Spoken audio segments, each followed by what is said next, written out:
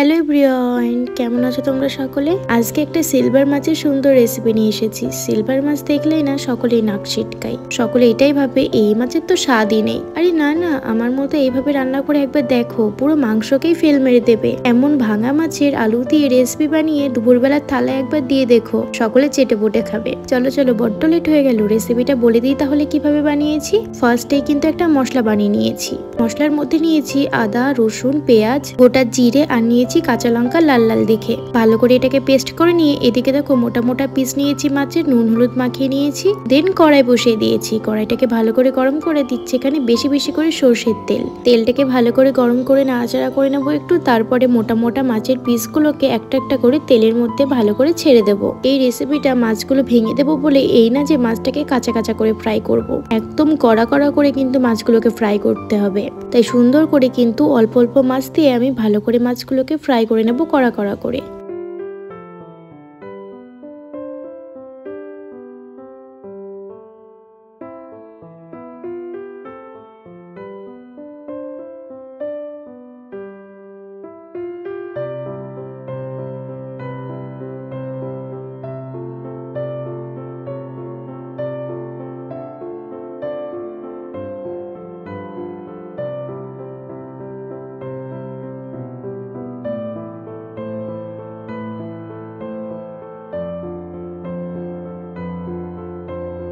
তো দেখো মাছগুলো আমি খুব সুন্দর করে কড়া কড়া করে কিন্তু ফ্রাই করে নিয়েছি। এই যে দেখতেই পাচ্ছ ঠিক কেমন ভাবে আমি ফ্রাইটা করেছি। তো চলো এবারে প্লেটের মধ্যে একটা একটা করে মাছগুলোকে আমি সব তুলে নেব। তারপরে কিন্তু আমি আবারও মাছগুলোকে সব ফ্রাই করে নেব।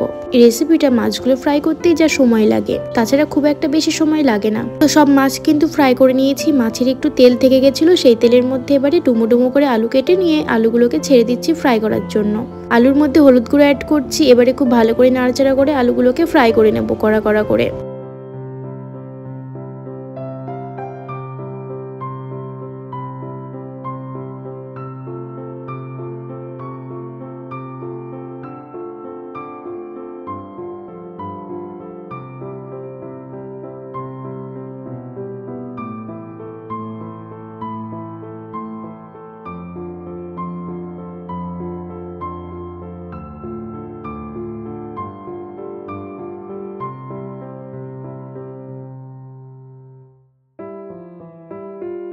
তো দেখো আলুগুলো কিন্তু সুন্দর করে আমি ফ্রাই করে নিয়েছি। এবার আলুগুলো একটা পাত্রে তুলে নেব।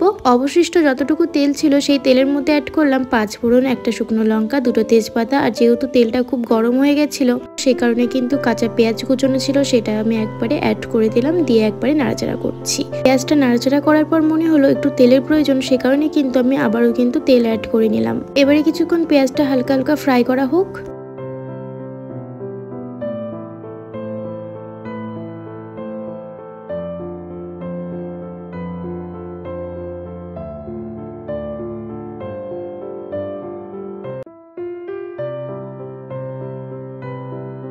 তো দেখো মোটামুটি পেঁয়াজটাকে ফ্রাই করে নিয়ে এবারে কিন্তু মশলাটাকে অ্যাড করে দিয়েছি। ভালো করে মশলাটাকে এবারে কষিয়ে নেবো কিছুক্ষণ। মশলা ধোয়া জলও একটু এর মধ্যে অ্যাড করব, সামান্য, বেশি না।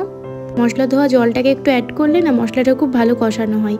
তো এবারে দেখো দিচ্ছি এখানে হলুদ গুঁড়ো, তারপরে দিচ্ছি এখানে ধনে গুঁড়ো, তারপরে দিচ্ছি পরিমাণ মতো জিরে গুঁড়ো। যেহেতু জিরেটা গোটা দেওয়া আছে বলে অল্প পরিমাণে দিয়েছি। তারপরে দিচ্ছি পরিমাণ মতো নুন, দিয়ে ভালো করে এবারে ভালো করে কষিয়ে নেবো।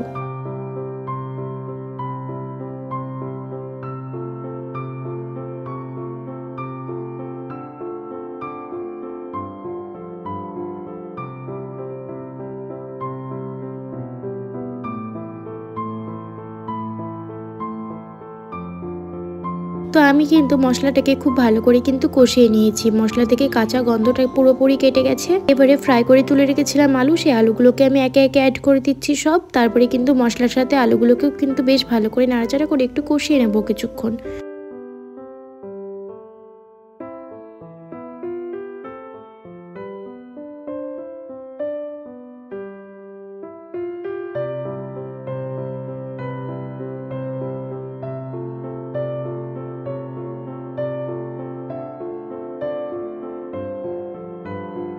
বেশ 10 মিনিট ধরে নাড়াচাড়া করে আলু মশলাতে ভালো করে কষিয়ে নিয়েছি। একটা সুন্দর কালার চলে এসেছে, দেখতে পাচ্ছ।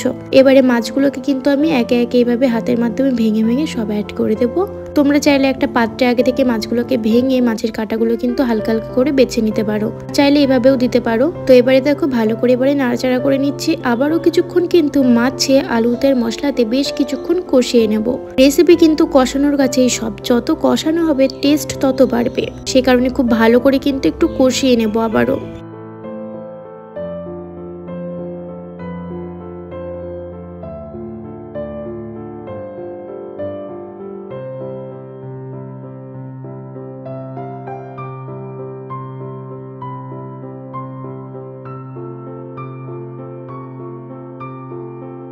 তো দেখো ভালো মতো কিন্তু আমি কষিয়ে নিয়েছি, কালারটাও কিন্তু দুর্দান্ত এসেছে, পুরো কত সুন্দর কালার লাগছে বলো তো, দেখেই কিন্তু জিভে জল চলে আসছে। আর সত্যি সত্যি খেতেও কিন্তু খুব সুন্দর হয়েছিল। অবশ্যই তোমরা এভাবে একবার বানিও, তাহলে বুঝতে পারবে। ভালো মতো কষে গেছে, এবার এর মধ্যে অ্যাড করব জল। যেহেতু বাড়ির সকলে মিলে আমরা খাবো সেই পরিমাণে কিন্তু আমি জলটা অ্যাড করব। ফার্স্টে এতটুকুই দিলাম, কিন্তু এখনো জল দিতে হবে যেহেতু আলুগুলো সিদ্ধ হবে, এ কারণে একটু নাড়াচাড়া করে নিচ্ছি। তারপরে দেখো আমি আবারও কিন্তু জলটাকে অ্যাড করব।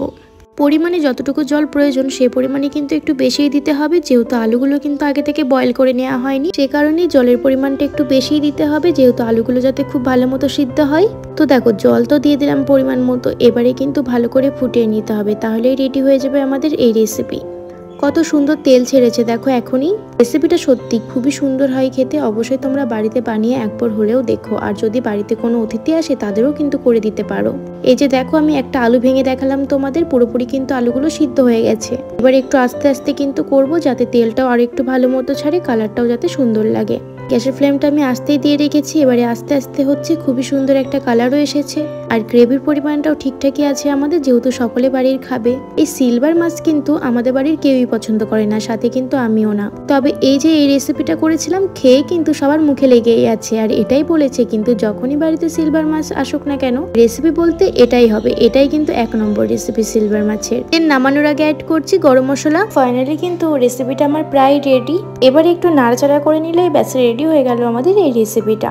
সিলভার মাছের এই রেসিপিটা অবশ্যই তোমরা বাড়িতে একবার হলেও করে দেখো, তাহলে বুঝতে পারবে এর টেস্টটা কেমন। সবাই বলে নিজের হাতে নিজের রান্নার রেসিপি প্রশংসা করি কিভাবে, কিন্তু আমি করছি। এত সুন্দর খেতে হয়েছিল, এটা খেয়ে কিন্তু আমার মাও মুগ্ধ পুরো। তো এই প্রসেসে অবশ্যই তোমরা রেসিপিটা করে দেখো, আশা করি তোমাদের সকলের ভালো লাগবে। আর খুবই ইজি একটা রেসিপি। তো তোমাদের ভিডিওটা কেমন লাগলো সেটা তো জানাতেই হবে, আর রেসিপিটা কেমন লাগলো সেটা জানাতে হলে কিন্তু অবশ্যই বাড়িতে করে তারপরে আমাকে খেয়ে কমেন্টে জানিও। ভিডিওটা এখানে এন্ড করছি, সকলে ভালো থেকো, সুস্থ থেকো, আমার পাশে থেকো। আর যারা আমাকে সাবস্ক্রাইবটা করোনি তারা কিন্তু অবশ্যই সাবস্ক্রাইব করে দিও। আজকে এতটুকুই, টাটা।